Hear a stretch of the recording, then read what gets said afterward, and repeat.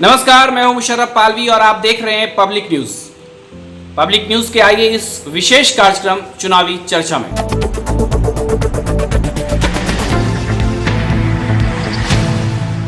हमारे साथ मौजूद हैं शैलेश कुमार, राजद के युवा नेता। शैलेश जी, आपका बहुत बहुत स्वागत है। बहुत बहुत धन्यवाद आपका। शैलेश जी, सबसे बड़ी बात यह है कि आप राजद के युवा नेता हैं और जहानाबाद में, और सबसे बड़ी बात यह है कि राजनीति में युवाओं को या फिर आप अपना मुकाम कहां पर देखते हैं? अभी अपना मुकाम देखने की आवश्यकता नहीं है। राजनीति में आए हैं तो सेवा भाव से आए हैं और हमारे पूर्वज भी राजनीति कर चुके हैं। हमारे दादाजी यहाँ से सांसद भी रहे हैं और विधायक भी रहे हैं, बिहार सरकार के मंत्री भी रहे हैं। तो कहीं ना कहीं हमारा प्रेरणा वहाँ से ही मिला और लोगों को सेवा करने का मेरा ये जो सोच था वो वहीं से जगा और इसीलिए राजनीति में आए हैं सेवा की भावना से। जी, अभी कुछ दिन पहले आपके युवा राजद का आपका पद का चर्चा चल रही थी, लेकिन कहीं ना कहीं उसमें ब्रेक लग गया। क्या रीज़न मान रहे हैं आप उसको? ब्रेक लगा है तो उससे कोई दिक्कत नहीं है, आपत्ति नहीं है हमको। ब्रेक लगा है, पार्टी ने ब्रेक लगाया है, पार्टी ने ही ताकत दिया था काम करने का, पार्टी ने ब्रेक लगाया। तो अभी पूरी तरह से ब्रेक नहीं लगा है। अगर ब्रेक लगता है तो उसका भी स्वागत है, कहीं कोई आपत्ति नहीं है। हमारी तो जिम्मेवारी एज ए वर्कर ये होती है कि हम पार्टी के लिए कुछ अच्छा कर सकें, या तो वर्कर के रूप में या तो फिर एज ए जिला अध्यक्ष, वो मायने नहीं रखता है। हमारा काम केवल ये है एज ए कार्यकर्ता कि हम पार्टी के बेहतर किस तरह से हो और हमारे जो नेता आदरणीय तेजस्वी प्रसाद यादव जी बिहार की गद्दी पे कैसे बैठे। तो आप युवा होने के नाते जहानाबाद के युवाओं और राजनीति में युवाओं को किस तरह से आना चाहिए, उस पर आप क्या कहना चाहेंगे?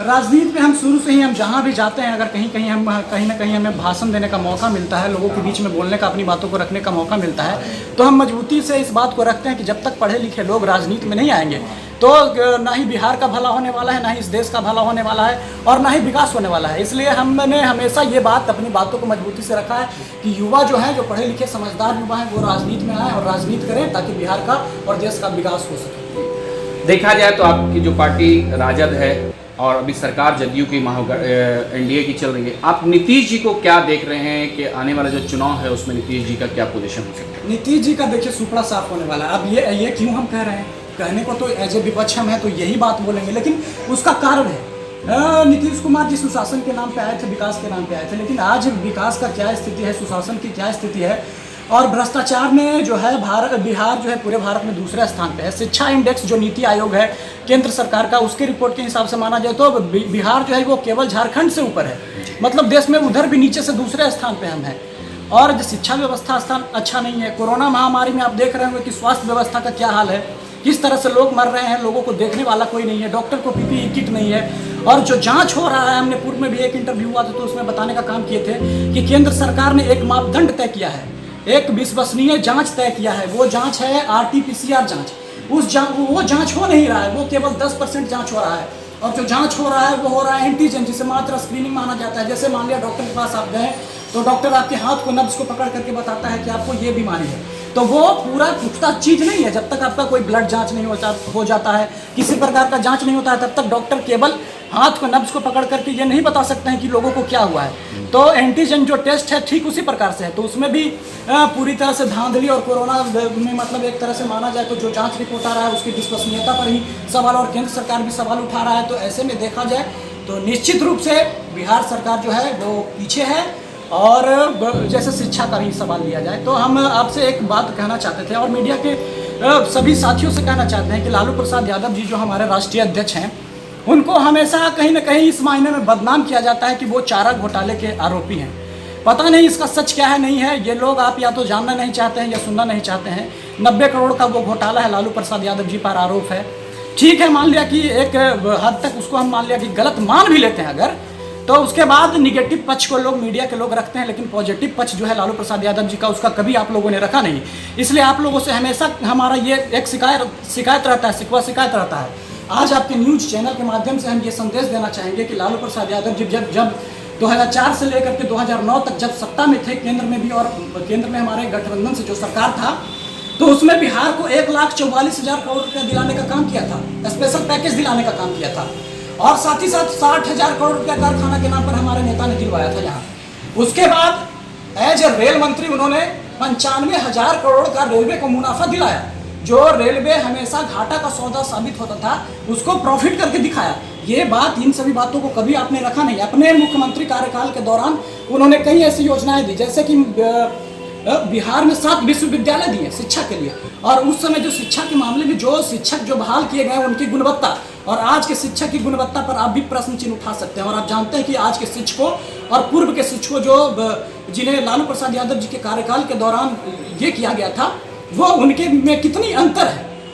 तो एक तरह से माना जाए तो हमारे सरकार ने काफ़ी कुछ, 4 कारखाने हमारे नेता आदरणीय लालू प्रसाद यादव जी ने बिहार को देने का काम किया था। उसके अलावा 4 से 5वां आज तक नहीं हुआ है। एक भी उद्योग बिहार में 15 साल के दौरान लगा नहीं। तो आप कैसे कह सकते हैं कि सुशासन की सरकार है? तो क्या मानते हैं कि अभी सुशासन की सरकार नहीं? बिल्कुल नहीं है। अपराध उसी तरह से बढ़ा हुआ है, भ्रष्टाचार में आप उसी तरह से हैं, शिक्षा की व्यवस्था वही है, स्वास्थ्य की व्यवस्था वही है। जब मूल व्यवस्था ही नहीं लोगों को मिल सकता है तो फिर कैसे हम मान लें कि ये सुशासन की सरकार है। और रहा सवाल, बिहार एक कृषि प्रधान राज्य है और बिहार में बहुत सारी संभावनाएं। हमारे नेता आदरणीय तेजस्वी प्रसाद यादव जी, तेज प्रताप यादव जी हमेशा ये कहते आए हैं कि बिहार में जैसे आम हो गया, लीची हो गया, मखाना हो गया, मक्का हो गया, इन सभी चीज़ों का धान हो गया, इन सभी चीज़ों का फूड प्रोसेसिंग यूनिट लग सकता है। मगर कभी सरकार ने, राज्य सरकार ने, ना ही केंद्र सरकार ने इस पर ध्यान दिया। और एक बात और किसानों को लेकर के आपके समक्ष रखना चाहेंगे, ये बताना चाहेंगे कि जब चुनाव आता है, जब चुनावी वर्ष होता है तो उसी समय केवल किसानों को बोनस धान का दिया जाता है। ये आपसे भी छुपा हुआ नहीं है, हमसे भी छुपा नहीं है। तो क्या चुनाव के समय में ही आप केवल वोट लेने के लिए इस तरह का करना चाहते हैं, उसके बाद 4 साल आप भूल जाते हैं लोगों को?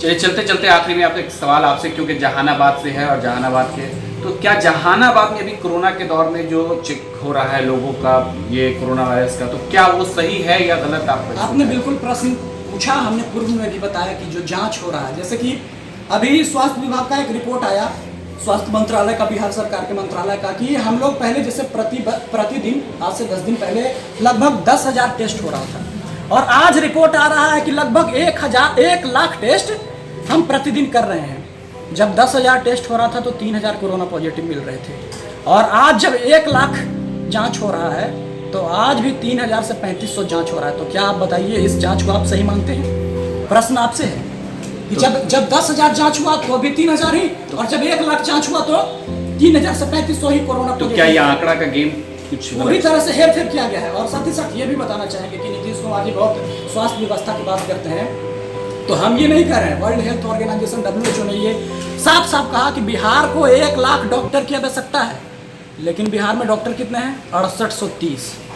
कोरोना के नाम पर कितना करोड़ खर्चा किया गया? लगभग 9,000 करोड़ रुपया। बिहार को दिख क्या रहा है? स्थल पे, जमीन पे हकीकत क्या है? आपसे तो छुपा हुआ होगा नहीं। जिले की क्या व्यवस्था है? जिले में आप अगर स्वास्थ्य के मामले में अगर पूछते हैं हमसे, तो आप कभी जा करके, और हॉस्पिटल में हमने कई बार अपने लोगों को ले जा करके दिखाया है, अगर हॉस्पिटल में रुई और सुई के अलावा कुछ मिलता नहीं। हॉस्पिटल में थोड़ा सा भी अगर बीमारी हो जाए, आपको थोड़ा सा भी ज़्यादा हो तो तुरंत PMCH रेफर किया जाता है, और जब रेफर से PMCH में किया जाता है तो PMCH जाने के बाद पता चलता है कि जिन लोगों को डॉक्टर को भगवान का दर्जा दिया जाता है वो सुनने के लिए भी तैयार नहीं रहते हैं। और अगर हम लोगों ने अपने राजनीतिक पहचान का बात बताया तो उसके बाद डॉक्टर का ये सीधे ये होता है कि हमारे यहाँ प्रतिदिन पैरवी आता है, हमें इससे कोई फर्क नहीं पड़ता। लोगों का मौत होते रहता है मगर डॉक्टर को वहाँ कोई फर्क नहीं पड़ता। ये शिक्षा की व्यवस्था है, यह स्वास्थ्य की व्यवस्था है जी। तो यानी कि इस तरीके से चुनावी चर्चा में हमारे साथ थे युवा नेता शैलेश कुमार, और इन्होंने अपनी सारी बातें रखी, जो इन्होंने यहाँ पर अपनी बातें रखी। इस पे इन्होंने कहा कि नीतीश कुमार के राज में यहाँ पर जो भी चल रहा है सुशासन की सरकार में, वो पूरी तरह से ठीक नहीं है।